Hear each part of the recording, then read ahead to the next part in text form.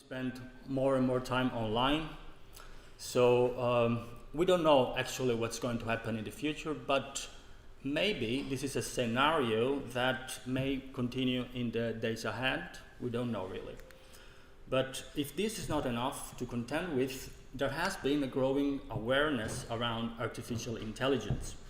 AI has had a huge impact on the creation, the processing, and the circulation of images.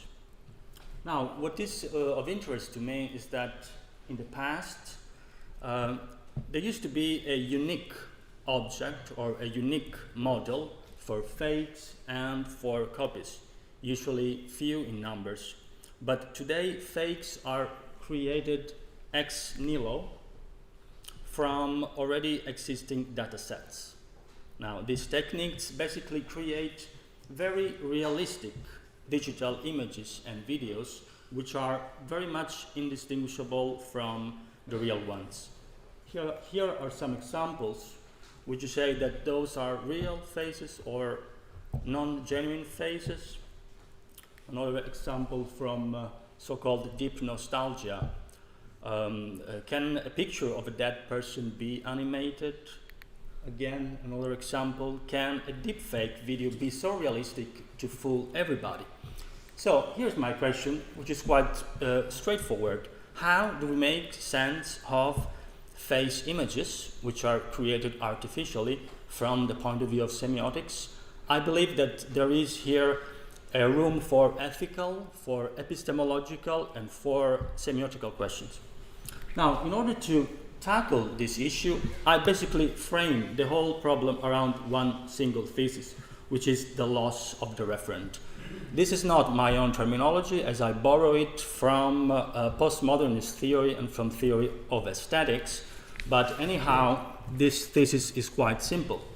In fact, it posits that there seems to be a gradual shift from a tight connection of science, today reference, to a situation where science and reference have been basically detached, or where the referent does not seem to exist at all, although the image created gives the impression that the referent exists. Fine. So in order to support this argument, basically I will discuss it from two different perspectives. The one from the, let's say, semiotics of culture, in particular Lotman and Piatigorsky, and the second one from postmodernist perspective, in particular Baudrillard. I contend that although from different premises, those two types of approaches come to the same conclusion. In this presentation, I will also move back and forth between three main concepts. One is the organic phase, the other one is its analog representation, and the third one is its digital representation, which was touched upon just some time ago. The backbone of my speech is as follows. First of all, I will discuss some illustrations taken from the history of semiotics that signals the relation between indexes and human faces. Secondly, I will lay out what is the main thesis, that is the loss of the referent. And thirdly, if I have time, I will outline some of the strategies that we can use in order to cope with a new epistemic crisis. But first of all, I want to make a point straight about Lotman, because this is often a source of confusion. So for Lotman and Piatigorsky, value, which was mentioned yesterday, is attached to texts via material fixation. Now, the material fixation gives a surplus of meaning, which marks the difference between texts and non-texts. This means that culture gives value to a text through the expression of the text itself. So, for instance, written texts have more value than oral texts in certain cultures, or what is engraved in stone or in some precious material is considered text as distinct from what is written on perishable materials. Now, it is my contention that as compared to written cultures and oral cultures, in digital cultures, there has been a gradual loss of the function of the signifier in order to index the value of texts, and in particular the values of truthfulness. Now, about human faces. Certainly there is a long pedigree about the connection between faces and indexical signs. First of all, in the history of semiotics, you will find illustrations of the so-called natural semiosis. Just bear in mind the signa naturalia of Augustine. In anthropology, faces have been used as examples of unintentional cues in communication. Think about the famous example of Clifford Geertz' unintentional winking of the eye. In biology, Charles Darwin has used faces in order to study the expressions of emotions in animals and in man. But the place where you find a lot of illustrations of faces as indexes is certainly ancient physiognomy as well as the medical tradition of semiotics. Physiognomy was predicated upon the principle of identity, which posits that there exists a tight link between characteristic sign of the face and character of people, and that one is the cause and the other is the effect. Physiognomy indeed unifies together, so facial traits and character in one single type. For example, large protruding ears would signify fearfulness, or a receding chin would signify falsehood, etc., etc. But also in the so-called medical semiotics, you find examples of faces as indexes. Indeed, facial signs are often taken as symptoms of the disease. In fact, it is not a coincidence that symptoms are often included into the typology of signs. Take, for instance, the famous typology laid out by Thomas Sebeok, or the typology of signs, one of the typology of signs of Umberto Eco, where symptoms are included. I will now move from an organic understanding of faces to an analog representation in order to show you some examples where such representations hold a tight link between image and a referent. The first example is mirror reflections, which perhaps is the tightest that you can get in terms of the connection between a face image and its referent. Indeed, the face reflected in a mirror is a very good example of a double, as it duplicates the subject or object in front of the mirror. Whether mirror reflection is a sign or not, we can discuss about this, but the property of duplication of mirrors is in plain sight. However, what should be emphasized here is that mirror reflections have a close connection with the referent. Without the referent, indeed, mirror reflection would not exist at all. So the image reflected into the mirror is essentially bounded to the object it reflects. So this means that the image is causally produced by the object, and it cannot be produced in the absence of it. Second example is the death mask. This example is discussed di Semiotica Generale in his theory of sign production. As you see, in this case, the connection between death mask and the face of the dead person is quite literal, as it factors in the production of the sign itself. Eco writes indeed that masks, in this case death masks, are examples of congruencies or casts, which indeed, and I quote, in which, and I quote, a point of the physical space of the expression corresponds to each point in the space of the real object. Even if you take the classical example of a general face mask, so as a face covering, there is always a connection between what is hidden, in this case the face, and what is apparent, the mask. So this connection still permeates all these examples. The last illustration is coming from analog photography. In this case, the relation between the object and its representation is continuous, its status is indexical, it is a sign that is an imprint, a trace, a cast, an index of the object, inasmuch as there is a correspondence and a physical connection with the object.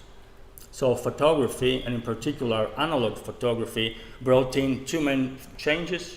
First, the technical reproducibility of the image meant that the image can be reproduced infinitely, and secondly, that the image is detached from the here and now. So what do we gain from all this? In the regime of indexical semiosis, signs are used as evidence, as proofs, and have an epistemic validity.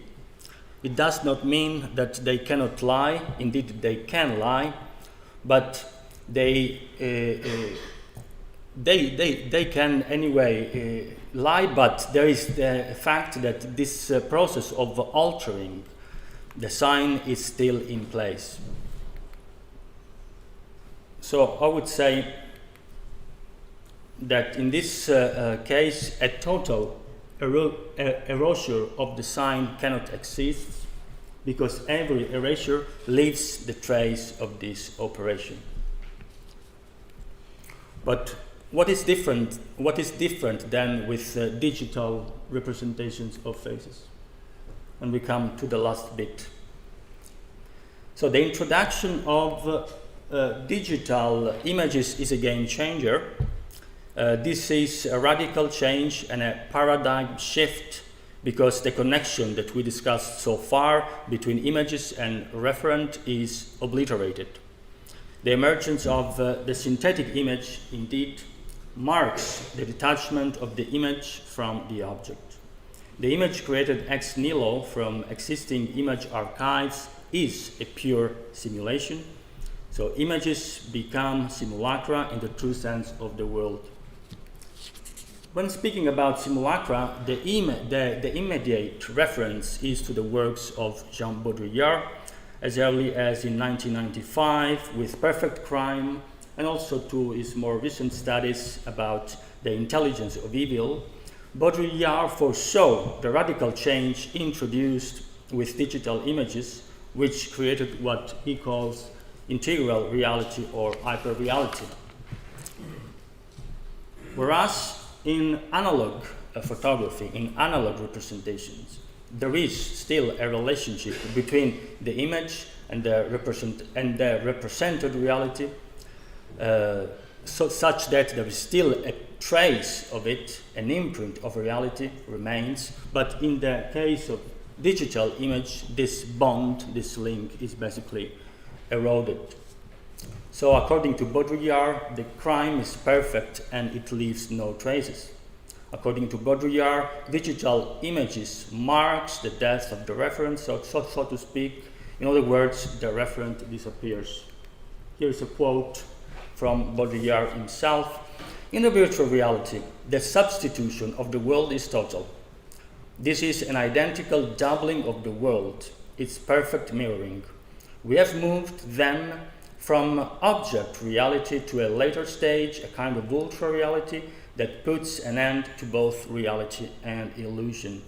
The computer-generated image is like this too, a digital image which is entirely fabricated, has no real referent, and from which, by contrast with analog images, the negative itself has disappeared.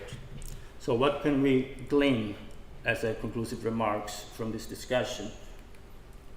First of all these theories converge on a single point, that the synthetic and digital images nullifies the referent in terms of semiotics.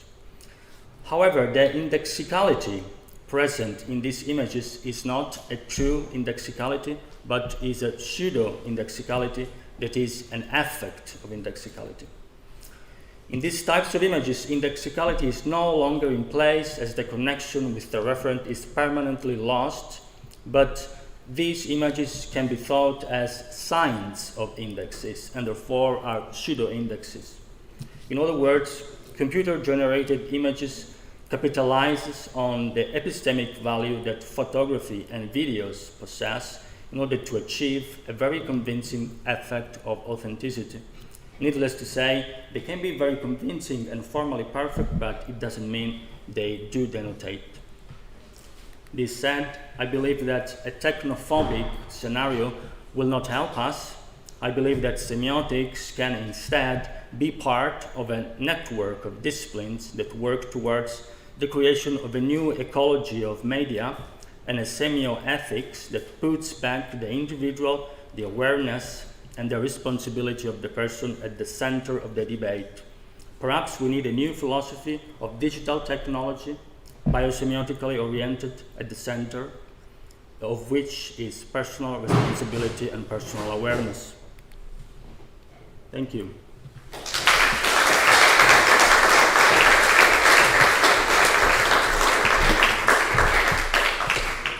Thank you so much, Remo, for such a stunning presentation, and we have possibility only for one question.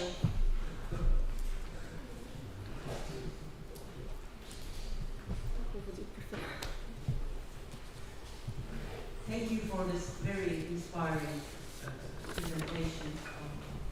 I really very much appreciate pointing out the loss of the referent, which may seem harmless at the beginning, but it can have long-term severe consequences, because the sign relation is actually a trust relation, in my opinion, that must be kept up.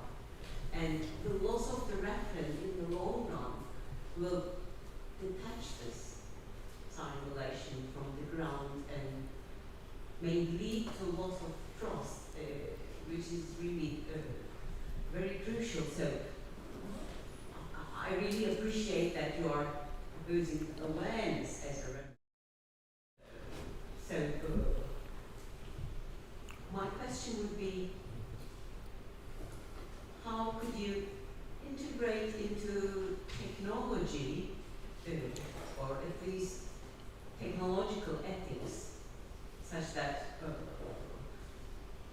decision makers are aware of the fact that they are playing with the trust climate that is crucial to anything we can do as humans and human beings? Could you comment on that? Thank you for the question and the comments. I take the stance that I don't believe that the people that work in technology fields are intending to do anything about it. But I believe that us, from our disciplines, in particular the field of semiotics, can take a stance, and this stance has to be decided what kind of stance it is, whether whether the direction is a pedagogical direction, perhaps, in order to point out what are the fallacies of these types of images, or integrate also, like I said, a sort of a semioethics, and that will make us aware both of the possibilities, but also of the pitfalls that we somewhat encounter in this type of texts. Bear in mind that Baudrillard was writing in the 90s, and a lot has been happening in the past 20 years or so, and perhaps even more will happen in the next 10 or 15 years. So my point here was to try of giving some sort of a signposts taken from general semiotics that could help to provide a framework for understanding those types of images.